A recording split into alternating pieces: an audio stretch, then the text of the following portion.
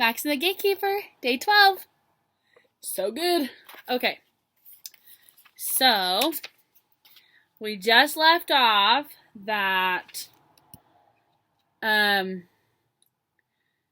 Marco raised his sword to Elle and Max screamed no, and then he had this really bad pain in his head and everything went dark. Alright, chapter 18. A Leap of Faith. Max, are you alright? Cindy asked. Cindy's face came into focus as he stared up at her. She cradled his head in her lap as they sat on a platform connected to the side of a cliff.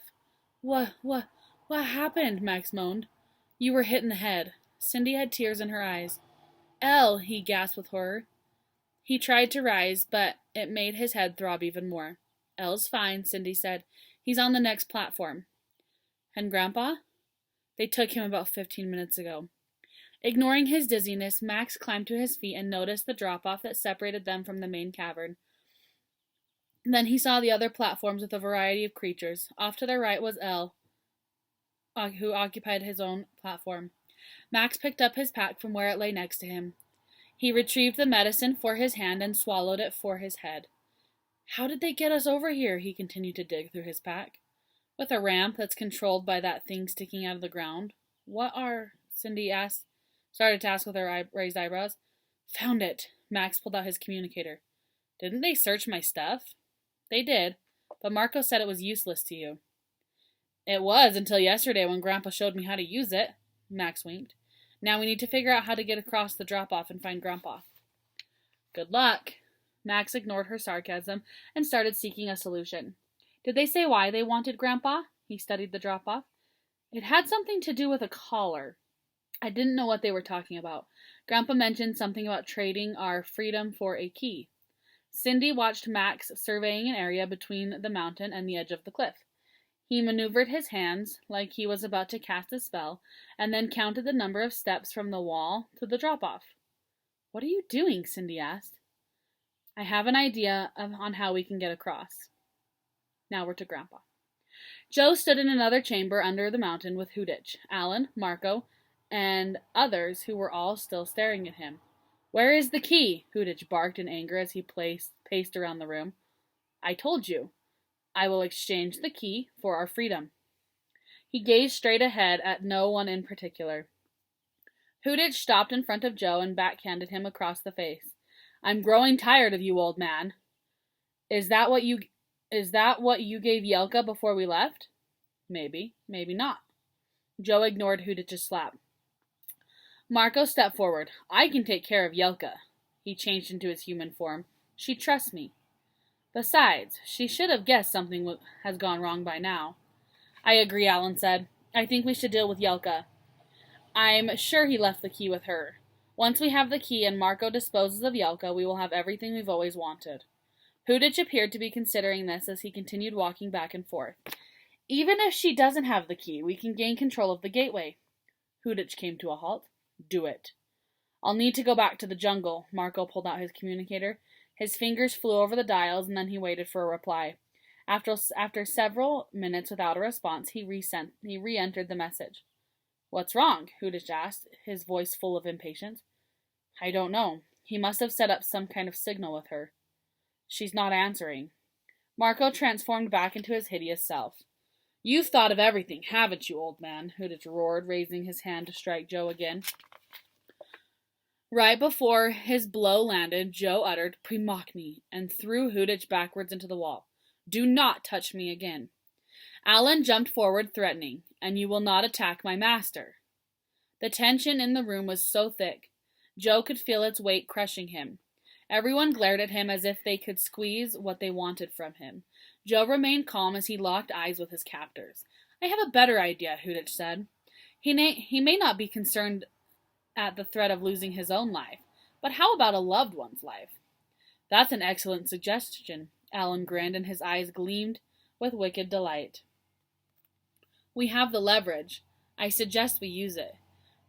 Joe realized their intentions and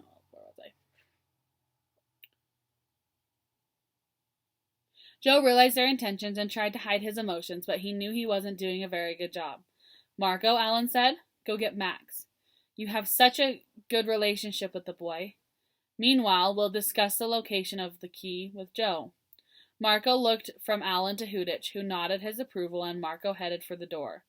Marco, don't be too gentle with the boy, Hudich sneered with a devilish grin. An evil smirk spread across Marco's face as he turned into his human form. How do we get across? Cindy asked with a sigh. So now we're back to Max and Cindy. I have been racking my brain about this for 2 days. I find it hard to believe you know a way. Well, Max hesitated. He was sure Cindy wasn't going to like the idea. I will run and jump. You think you can leap across this thing? Cindy motioned towards the pit. Let me finish. I'll run from the mountainside when I reach the edge. When you do, you'll cast the Premachni spell. You should be able to throw me way across the gap. I saw you launch Marco twice this distance. I don't know, Cindy shook her head. If I mess up, we won't get a second chance because you'll be dead. Grandpa needs our help, and if we don't get out of here soon, we'll never leave. Cindy didn't respond. Max could tell she was thinking it over. Her pale face reflected her concern. Well, he asked. Okay, but you can't start until I say so. Agreed. I'll tell Yelka what's going on. Cindy nodded and took a deep breath. Her hands trembled as she moistened her dry lips with her tongue. I can't picture you clearing the gap, and if I don't see it, it won't happen. Max didn't answer. He moved back to the mountainside and tapped out a message on his communicator. Moments after he sent Yelka the information, she responded. Marco tried to contact her, Max said. Cindy shot him a look that said, Let me concentrate. Max glanced at Elle, who had been watching them the whole time. Elle acted as if he wondered what they were doing, but Max couldn't communicate with him. Max waved at him, hoping he would understand such a gesture. Max waited for Cindy to get ready when someone appeared at the other end of the cavern. As he approached, Max could see it was Marco. Cindy, Max hissed. Marco's coming. It's now or never. Cindy looked up to spot Marco heading towards them. I'm going, Max sprinted off the drop-off. Cindy gasped as he dashed towards the edge. A wave of fear flooded through him as the drop-off filled his vision. He launched himself off the edge. Premachni, Cindy yelled. The spell threw Max over the gap with plenty of room to spare. He landed on the main cavern floor and rolled to his feet. Marco sprinted towards them, but he still had to cross the vast cavern. Max hurried to the console and noticed there were only 2 buttons. One was to expand the ramp and the other to retract it. He pressed the top button and nothing happened, so he pressed the bottom one. The ramp started to extend towards Cindy. Look out! Cindy screamed as Marco closed in on Max. Max wanted to lead Marco away from Cindy, so he darted away from her in the opposite direction across the cavern. Marco chased after him with his black stick in hand. Elle danced back and forth at the front of his platform. His roars echoed off the cavern walls. There's nowhere to run, Marco hissed. Suddenly a sharp pain erupted in the middle of his back where Marco had struck him with the stick. Max fell, face first. He stifled a scream and closed his eyes to hold back the tears. He flipped onto his back and with his hands extended. Presage! A ball of fire exploded from his hands and enveloped Marco, who tried to dive away. Marco hit the floor and rolled several times to extinguish the flames that had ignited his clothes. Max hopped to his feet and raced towards Cindy, who had crossed the bridge. Behind you, Cindy hollered. Marco pursued them, smoke rising from his charred clothing. He transformed into his dark self and threw his sword. I was told to bring you back bruised and battered. Marco increased his pace. They didn't say what I could or couldn't do to Cindy. Cindy, run, Max called. Another sharp pain detonated in the center of his back as Marco hammered him with the hilt of his sword, knocking him flat. Premachni, Cindy yelled as she thrust her hands forward. Marco attempted to dodge the spell, but didn't completely get out of the way. It crashed him on his side, spinning him around, but he stayed on his feet. When Max reached Cindy, he took a hold of her outstretched hands and pulled her after him. As they fled, Max noticed movement at the entrance of the cavern. Elle let out another roar, which Max interpreted as a warning. He shoved Cindy as hard as he could to the side. She dropped in time to avoid Marco's sword. Another sharp pain flashed in his side as Marco kicked him, sending him to the ground. Marco turned on Cindy, who was lying on the cavern floor. Pretty, Marco shouted, and Marco's sword flew from his hand into Max's. Marco shot Max a look of complete hatred. Back away from her, Max warned through gritted teeth, and slid in front of Cindy. How could you betray us? I thought you were our friend.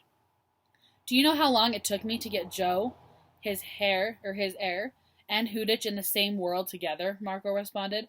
It was years of doing good and taking orders from that lesser life form you call grandfather. They eyed each other for a moment, and then Max pointed the sword at Marco, threatening him. You know you can't stop me, Marco said. Let's see. Max held the sword at the ready and waited for Cindy to get to her feet. Behind Marco, Elle circled his platform across the pit. You see, Max, Marco smiled. I have the sword I gave you.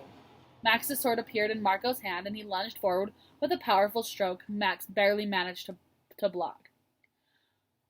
Pakasi! Max spat as Marco attacked again. His spell trapped Marco into slow motion. He fought so sluggishly, Max detected his advance with ease, and then he advanced on Marco. Marco's wide eyes and gaping mouth mirrored his shock. For the first time, Marco appeared afraid, and Max continued his onslaught, driving Marco towards the drop-off.